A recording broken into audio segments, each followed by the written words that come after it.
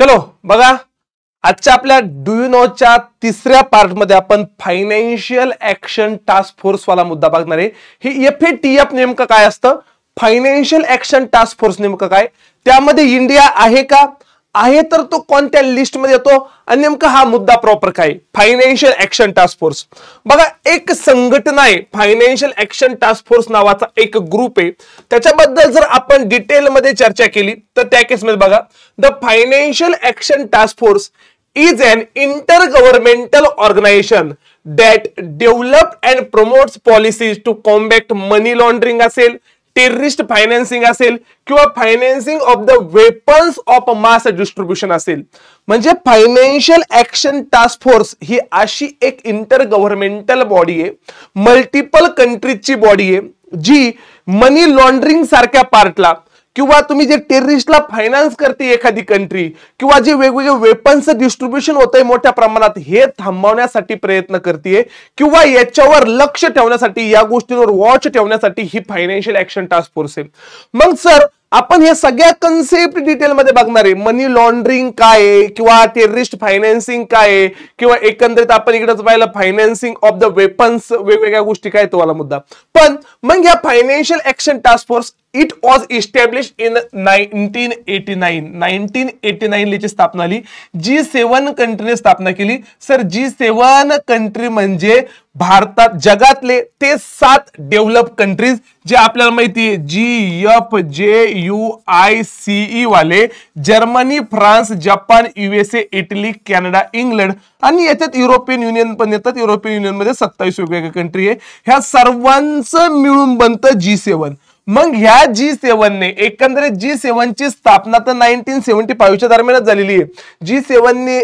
G7 कंट्रीजने 1990s नंतर G20 ची स्थापना केली. म्हणजे हीच G7 G20 ची स्थापना करणारा ऑर्गनायझेशन आहे.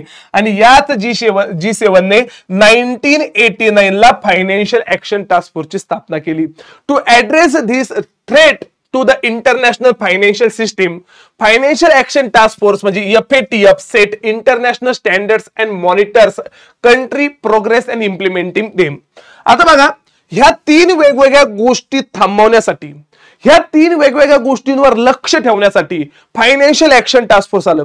त्यातलं पहिले येतं मनी लॉन्ड्रिंग. मनी लॉन्ड्रिंग म्हणजे काय, साध्या आपल्या भाषेत पाहायचा मुद्दा झाला तर ब्लॅक मनी व्हाईट करण्याची कन्सेप्ट. ब्लॅक मनी म्हणजे काय, असा पैसा जो इलिगल वेने कमवलेला आहे, असा पैसा ज्याच्यावर कोणताही टॅक्स पे केलेला नाहीये, म्हणजे असा इलिगल वेने आलेला पैसा, त्याला म्हणतात मनी लॉन्ड्रिंग. म्हणजे अशी एखादी कंट्री आहे, त्यातल्या बँका आहे, त्या मनी लॉन्ड्रिंगला सपोर्ट करताय किंवा मनी लॉन्ड्रिंग त्या केसमध्ये करताय असं आढळलं तर त्यांच्यावर लक्ष ठेवण्याचं काम करते.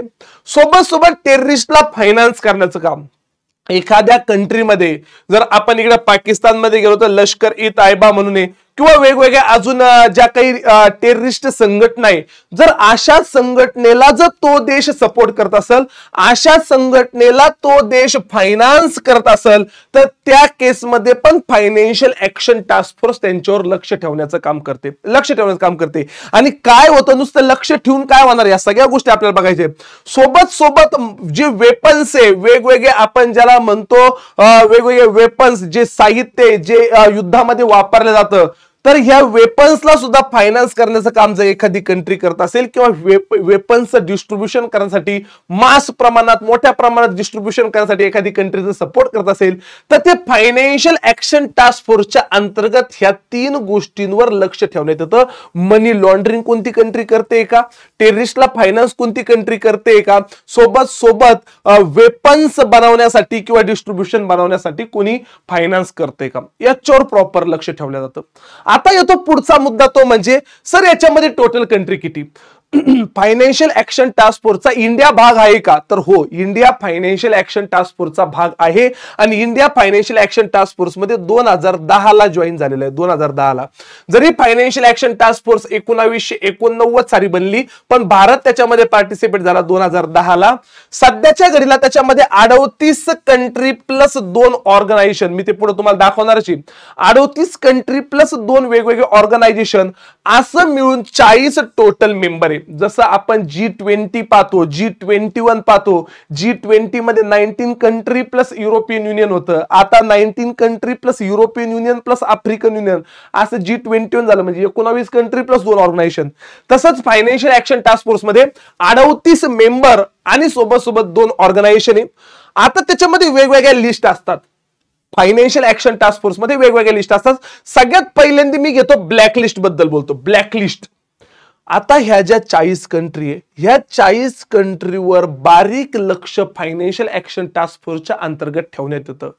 आणि जर एखादी कंट्री मनी लॉन्ड्रिंग करताना, टेररिस्टला फायनान्स करताना किंवा वेपन्सला फायनान्स करताना आढळली, कन्फर्म ही कंट्री टेररिस्टला फायनान्स करते, टेररिस्टला सपोर्ट करते, ह्या कंट्रीमध्ये टेररिस्टचं प्रमाण खूप जास्त प्रमाणात आहे, तर हे त्याला फायनान्स करून मदत करते, असं जेव्हा 100% आढळलं, त्या केसमध्ये त्या कंट्रीला ब्लॅकलिस्ट मध्ये टाकण्यात येतं. आणि सध्याच्या घडीला फायनान्शियल ऍक्शन टास्क फोर्सच्या ब्लॅकलिस्ट मध्ये 3 कंट्री, त्या 3 कंट्री कोणत्या ते पण मला पाहिजे. आणि ब्लॅकलिस्ट मध्ये गेलो काय होतं, ग्रे लिस्ट मध्ये गेलो काय होतं ते पण बघू आपण. मग फायनान्शियल ऍक्शन टास्क फोर्सच्या ब्लॅकलिस्ट मध्ये अशा 3 कंट्री. ग्रे लिस्ट मध्ये कोण येतं सर? ग्रे लिस्ट मध्ये जर आपण पाहिलं तर त्या केसमध्ये ग्रे लिस्ट मध्ये जर आपण विचार केला तर ग्रे लिस्ट मध्ये अशा कंट्री येतात ज्या कंट्री फायनान्स करतात टेररिस्टला किंवा मदत करतात किंवा अजून वेगवेगळे मनी लॉन्ड्रिंग करताय असा त्यांच्यावर संशय, असं त्यांच्यावर डाऊट आहे, असं बाकी कंट्रीचं म्हणणं आहे, पण अजूनही ते प्रूव्ह झालेलं नाही की हे 100% फायनान्स करतात, हे असं प्रूव्ह नाही झालं, पण त्यांच्यावर मेजर प्रमाणात, मोठ्या प्रमाणात त्या केसमध्ये डाऊट आहे, संशय, तर त्या केसमध्ये त्यांना ग्रे लिस्ट मध्ये टाकण्यात येतं. आणि उरलेल्या कंट्री असतात ग्रीन लिस्ट मध्ये, उरलेल्या कंट्री त्या केसमध्ये असतात ग्रीन लिस्ट मध्ये. बरं सर, मग एखाद्या कंट्रीला ब्लॅक लिस्ट मध्ये टाकलं, ग्रे लिस्ट मध्ये टाकलं तर काय होतं? आता बघा, ह्या वेगवेगळ्या संघटना, वेगवेगळ्या संस्था, वेगवेगळे ऑर्गनायझेशन कंट्रीला लोन देण्याचं काम करत असतात. लोन देण्याचं काम वर्ल्ड बँक असेल, इंटरनॅशनल मॉनिटरी फंड असेल, एशियन डेव्हलपमेंट बँक असेल. वर्ल्ड बँक आणि IMF चे हेडक्वार्टर वॉशिंग्टन DC ला आहे. एशियन डेव्हलपमेंट बँकचे हेडक्वार्टर मंडालू, युआन, मेट्रो, मनीला, फिलिपिन्सला आहे. आपण मल्टिपल टाइम्स ह्या गोष्टी पाहिलेल्या आहेत. आता बघा, इथं मस्त तो कांदा नवीन प्रेसिडेंट झाले एशियन डेव्हलपमेंट बँकचे. एशियन डेव्हलपमेंट बँक मध्ये 69 मेंबर आहे, त्यातले 49 मेंबर एशियन कंट्रीचे, 20 मेंबर वेगळे. तर हा वाला पूर्ण पार्ट आपण माहिती आहे.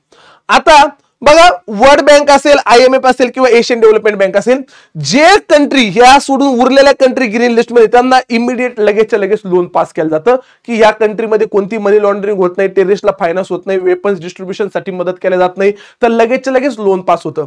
जर एखादी कंट्री ग्रे लिस्ट मध्ये येत असेल तर त्या केसमध्ये लोन तर पास होतं, पण मल्टिपल डॉक्युमेंटेशन आणि मल्टिपल वेळेस ती वाली प्रोसेस करून लोन पास केलं जातं. पण खूप मोठे सगळ्या गोष्टी वेगवेगळ्या, म्हणजे इझिली लोन पास त्या केसमध्ये केल्या जात नाही, इझिली लोन पास होत नाही. आणि भरपूर केसमध्ये पास पण केल्या जात नाही, पण लोन पास होण्याचे चान्सेस आहे, पण ते इझिली पास होणार नाही. भरपूर गोष्टी तुम्हाला फुलफिल कराव्या लागतील, त्याच्यानंतरच लोन पास होईल.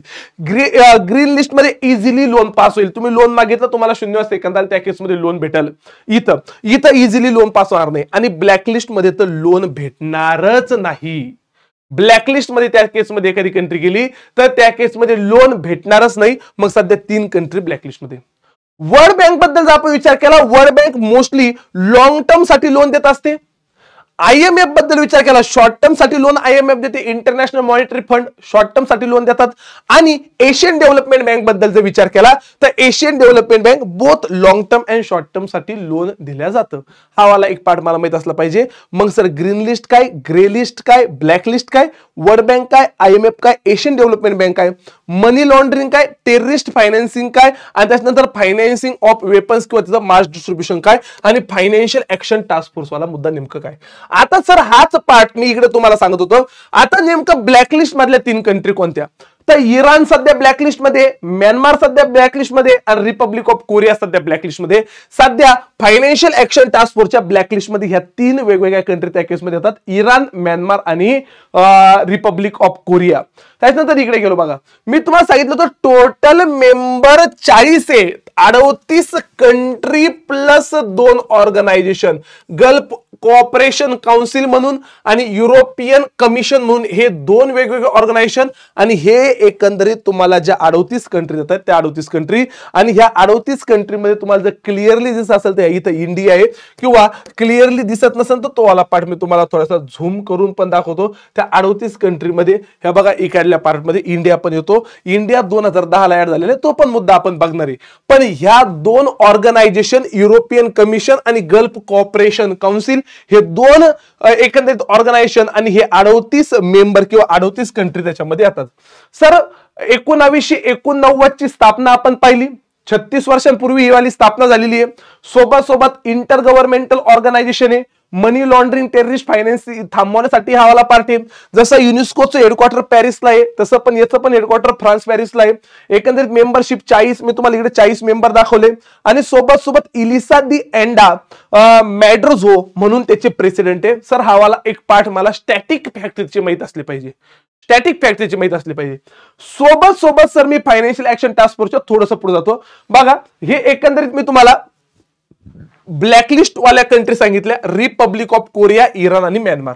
मी तुम्हाला इकडल्या केसमध्ये ग्रे लिस्ट मध्ये जर गेलो, सर ग्रे लिस्ट मध्ये कुठं मला इकडल्या केसमध्ये इंडिया दिसत नाही, म्हणजे इंडिया ब्लॅक लिस्ट मध्ये पण नाही, इंडिया ग्रे लिस्ट मध्ये पण नाही. बघा हे ग्रे लिस्टचे सगळे मेंबर आहे, ह्याच्यामध्ये कुठेही इंडियाचं नाव त्या केसमध्ये नाही.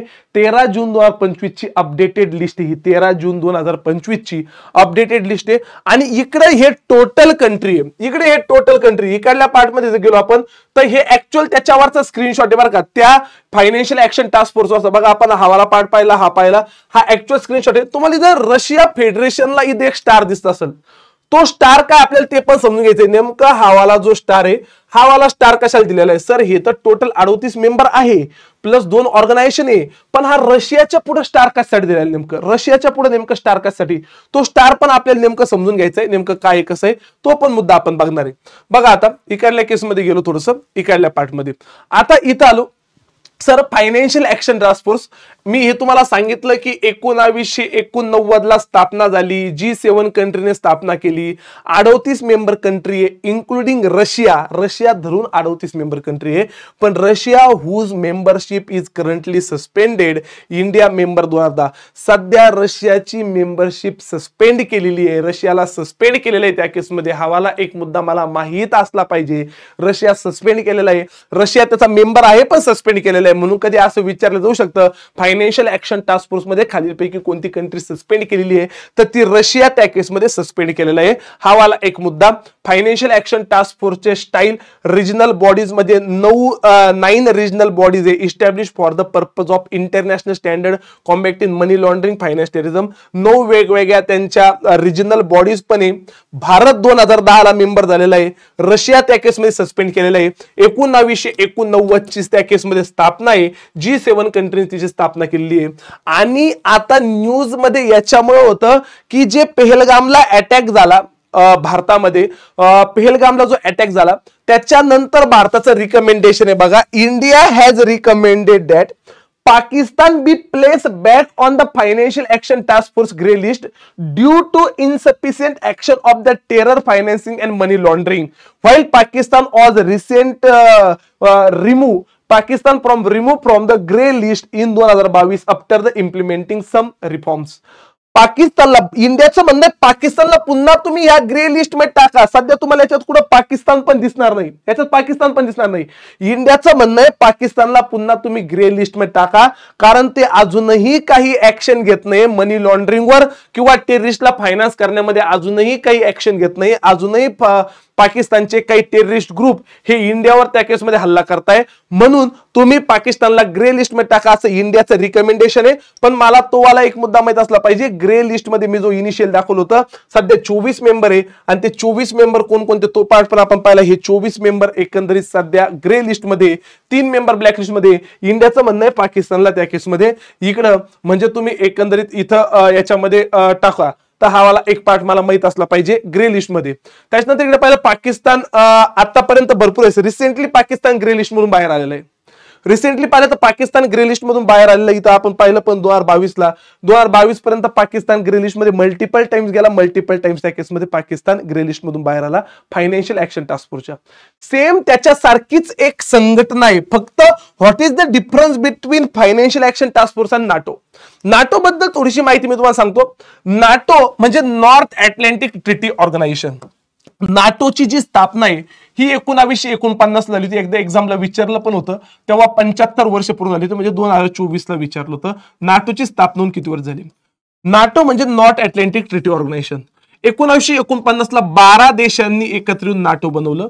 जर ह्या 12 देशांपैकी कोणत्याही देशावर छोटे छोटे देश आहे, कोणत्याही देशावर युद्धाचं संकट आलं तर नाटोनुसार 12ही देशांवर युद्धाचं संकट आलं आणि बाकीचे उरलेले देश त्या जो देश ज्याच्यावर युद्धात संकट आलं त्याला मदत करतात.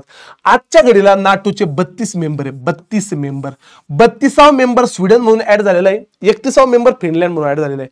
मार्क रुटे हे नाटोचे हेड आहे आणि नाटोचं हेडक्वार्टर बेल्जियम ब्रुसेल्सला आहे. नाटोचं हेडक्वार्टर बेल्जियम ब्रुसेल्सला आहे. 1949 ची स्थापना आहे. 75 वर्ष पूर्ण झालेली आहे. सध्या 32 मेंबर कंट्री नाटोचे आणि नाटोनुसार असं असतं ह्या 32 मेंबर पैकी कोणत्याही मेंबरवर युद्धाचं संकट आलं तर बाकीचे 31 मेंबर त्या केसमध्ये त्या 32व्या देशाला मदत करतात. आर्मी, नेव्ही, एअरफोर्स किंवा जी काही पैशाच्या बाबतीत असेल किंवा अजून कोणती मदत असेल तर ती सगळी आर्थिक मदत वगैरे केली जाते आणि त्या देशाला त्या युद्धातून बाहेर काढलं जातं. यासाठी नाटो नावाची संघटना आहे. कारण बघा इस्रायल इराणचं युद्ध सध्या चालू आहे, तिकडे इस्रायल पॅलेस्टाईनचं युद्ध चालू होतं, पाकिस्तान भारतावर त्या केसमध्ये अटॅक करतंय. तर हे वेगवेगळे छोटे छोटे जे काहीतरी गोष्टी आपण बघतोय किंवा कायम या गोष्टी न्यूज मध्ये बघतोय, म्हणून माझ्यासाठी नाटो महत्वाचं बनतं.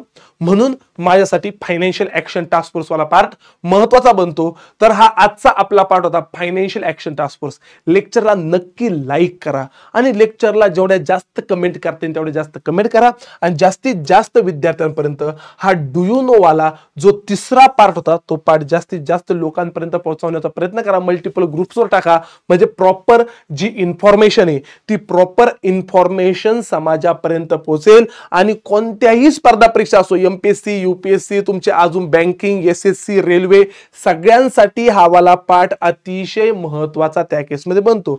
सोबत सोबत अशाच नवनवीन व्हिडिओ पाहण्यासाठी लेक्चरला लाईक तर करा, चॅनलला सबस्क्राईब करा आणि जीए बाय अक्षय चोळके नावाचं टेलिग्राम चॅनल आहे, हे टेलिग्राम चॅनल जॉईन करायला विसरू नका. याच्यावर मल्टिपल न्यूज डेली बेसिसवर येत असतात, तर ते वाला चॅनल नक्की जॉईन करा आणि लेक्चरला लाईक करा. धन्यवाद.